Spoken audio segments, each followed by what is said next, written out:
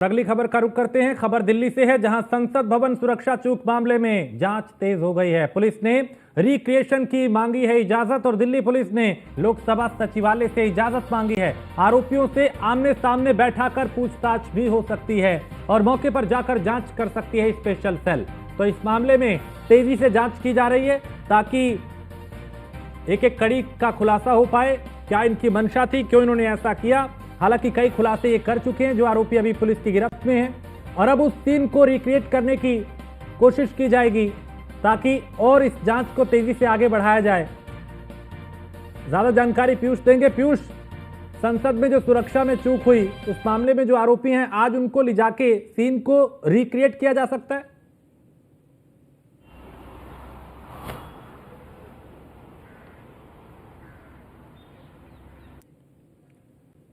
पीयूष, आप सुन पा रहे हैं मुझे?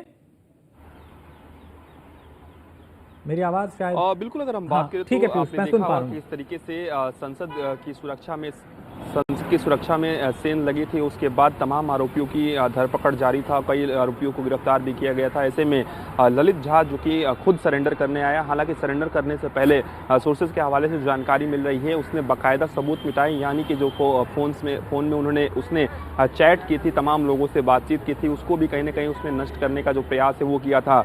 हालांकि जब आमतौर पर आपने देखा होगा कि जब इस तरीके की घटना होती है तो पुलिस बाकायदा जो सीन रिक्रिएशन है वो करती है, यानी कि ये घटना किस तरीके से हुई एक बार फिर से उसको पुलिस के लहजे में दोहराने की कोशिश की जाती है ताकि पुलिस ये पता लगा सके कि आरोपियों के मंसूबे क्या थे और किस तरीके से इन्होंने घटना को अंजाम दिया।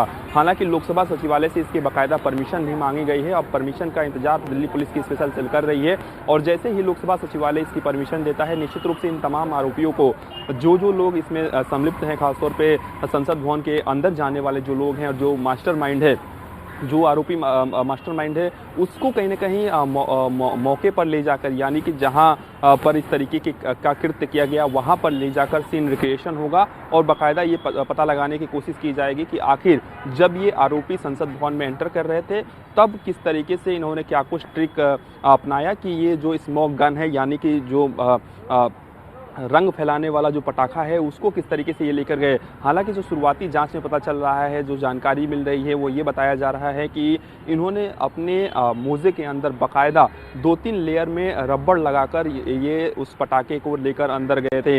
हालांकि पुलिस हर बिंदु पर जांच करेगी, हर पहलुओं पर जांच करेगी कि आखिर ये मोजे में या जूते में भी इस पटाखे को लेकर चले गए तो कैसे चले गए, क्योंकि सुरक्षा जो संसद की होती है वो काफ़ी सख्त होती है और ऐसे में आज रिक्रिएशन करने का पूरा जो प्लान है वो दिल्ली पुलिस बना रही है। इसके साथ ही ये भी बताया जा रहा है कि पूछताछ में और भी कड़ियां निकलकर सामने आई है, यानी कि अन्य लोगों की भी गिरफ्तारी हो सकती है इस मामले से जुड़े हुए। बताया जा रहा है कि ये जो तमाम आरोपी थे, बाकायदा इन लोगों का ब्रेन वॉश किया गया। कई आरोपी एक सोशल मीडिया जो पेज है उससे भी जुड़े हुए थे और कहीं ना कहीं इनका लगातार ब्रेन वॉश हो रहा था।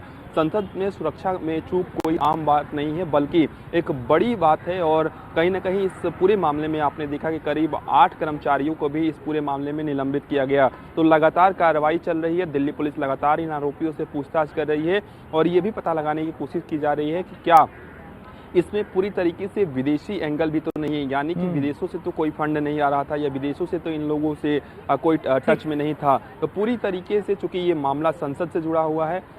ठीक है पीयूष, आप मेरे साथ बने रहिए, कुछ और खबरों पे भी आपसे जानकारी लेंगे। फिलहाल शुक्रिया।